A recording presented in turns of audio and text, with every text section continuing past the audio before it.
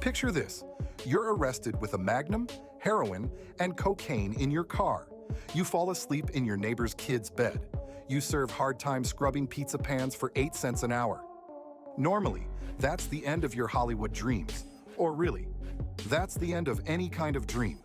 But for Robert Downey Jr., that was just Act 1. We are branching out to bring you the story of how a guy Hollywood literally labeled uninsurable became Iron Man, the billion-dollar linchpin of the Marvel Cinematic Universe. And today, we're breaking it down into 7 reasons why RDJ's comeback is the ultimate underdog story in Hollywood history. Buckle up, this one's wild. Reason 1. He was doomed from the start and still fought back. Robert Downey Jr. wasn't exactly set up for success. His dad, Robert Downey Sr., was an experimental filmmaker who gave his son his first acting role and, unfortunately, his first joint at 6 years old.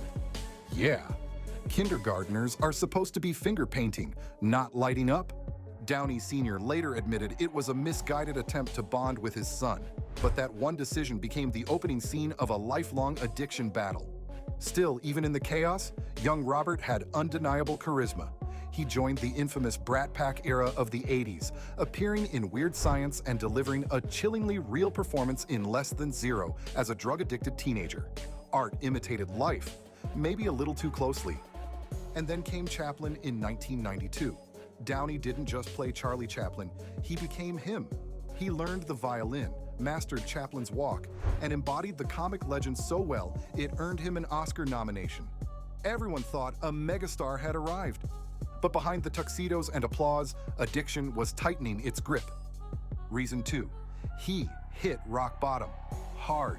The 90s turned into a decade-long TMZ headline. In 1996, Downey was pulled over in Malibu with heroin, cocaine, and an unloaded gun. Weeks later, he broke into his neighbor's house, stoned, and passed out in their child's bed. That wasn't a one-off mistake. It was the start of an endless cycle: arrests, rehabs, relapses. In 1999, he skipped a court-ordered drug test and got sentenced to nearly a year in state prison. Prison wasn't rehab with nicer sheets. He got beaten by other inmates, thrown into solitary confinement, and worked kitchen duty for pennies. And here's the kicker: that still wasn't his rock bottom. As he later admitted, even prison wasn't enough to flip the switch. He wasn't done with the self-destruction. By the early 2000s, Hollywood was over it. He was fired from Ally McBeal despite winning a Golden Globe. Producers labeled him uninsurable, meaning no one wanted to risk casting him. For most actors, that's the obituary. Career, deceased. Reason 3? The Burger King epiphany. Every underdog story needs that bizarre turning point. For RDJ, it wasn't a dramatic intervention or a big movie role. It was Burger King. Driving with a car full of drugs, he stopped for a Whopper. The burger was so bad, his words, that it made him reevaluate his life. Right there in the parking lot, he tossed his entire stash into the ocean. And years later, he wove that moment into Iron Man. After escaping captivity, Tony Stark's first request is for a cheeseburger. That wasn't just Marvel product placement. That was RDJ tipping his helmet to the exact moment he decided to turn it all around. Who knew a soggy Whopper would save the MCU? Reason 4. The lifelines that kept him afloat. Even with the Whopper revelation, Hollywood wasn't lining up to hand him leading roles. He needed people to take insane risks on him. First came Mel Gibson. The two had worked together on Air America. When Downey was radioactive in Hollywood, Gibson paid his insurance bond out of pocket so he could star in The Singing Detective. Without that gesture, RDJ might have disappeared from the industry altogether. Then came Susan Levin. They met on the set of Gothika in 2003. She wasn't just another Hollywood romance. She was the ultimatum. Get clean or I'm gone. And Downey listened. They married in 2005, and by his own admission, she was the anchor that kept him sober. Mel bought him a chance. Susan made sure he didn't waste it. Reason 5. Marvel bet the farm on him. By 2008, Marvel Studios was still the scrappy underdog of Hollywood. Iron Man wasn't just another superhero flick, it was their first self-financed movie. If it flopped, the whole Marvel experiment could have collapsed. So naturally, they cast a guy fresh off prison, drug scandals, and uninsurable status. Bold move. Downey was paid just $500,000 for the role, less than 1/7 of what co-star Terrence Howard earned. But director Jon Favreau knew RDJ wasn't just playing Tony Stark, he was Tony Stark.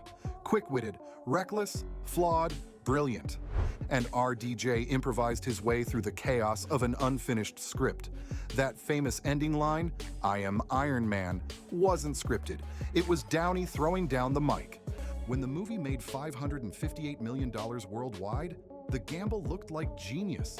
Marvel didn't just find its Iron Man, they found the cornerstone of the entire MCU. Reason 6, he took control of his story. By the time Iron Man 2 came around, Downey wasn't the risky casting anymore. He was the star who could demand more money and more creative control. Terrence Howard, once the highest paid actor in the first film, was out after a pay dispute. Downey was in, and he was calling the shots. Marvel even planned to adapt Tony Stark's alcoholism storyline from the comics. But Susan Downey stepped in.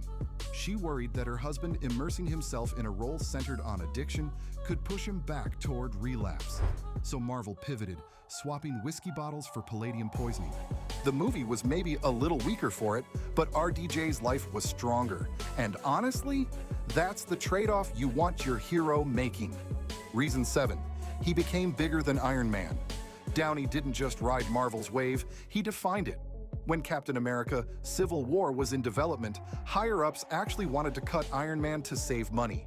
Kevin Feige fought back, arguing that Civil War without Stark would be like peanut butter without jelly. Downey returned with a fat paycheck, and the movie grossed over $1 billion. But here's the real victory. He proved his acting chops outside the MCU too. His wild, risky role in Tropic Thunder scored him another Oscar nomination. And in Oppenheimer, his portrayal of Lewis Strauss earned him the Academy Award he'd chased since Chaplin. From uninsurable to Oscar winner, from prison inmate to Marvel's linchpin, from washed-up addict to global icon, Robert Downey Jr.'s story isn't just a comeback, it's the comeback. He started as a prodigy, fell harder than anyone thought possible, and clawed his way back, helped by friends, anchored by love, fueled by a terrible burger, and sealed by the words, "I am Iron Man." So the next time you feel like the odds are stacked against you, remember RDJ. He went from cleaning prison pizza pans to becoming the most bankable star in Hollywood. If he can do that, maybe your setback isn't the end. It's just Act 1. Thanks for watching. If you enjoyed this deep dive into the ultimate Hollywood comeback, hit that like button, subscribe for more Underdog stories, and tell us in the comments, what's your favorite Downey Jr. performance? Iron Man, Chaplin, Sherlock Holmes, or something else entirely? Because if we've learned anything from RDJ, it's this: the story isn't over until you decide it is. Until next time, Underdog Nation.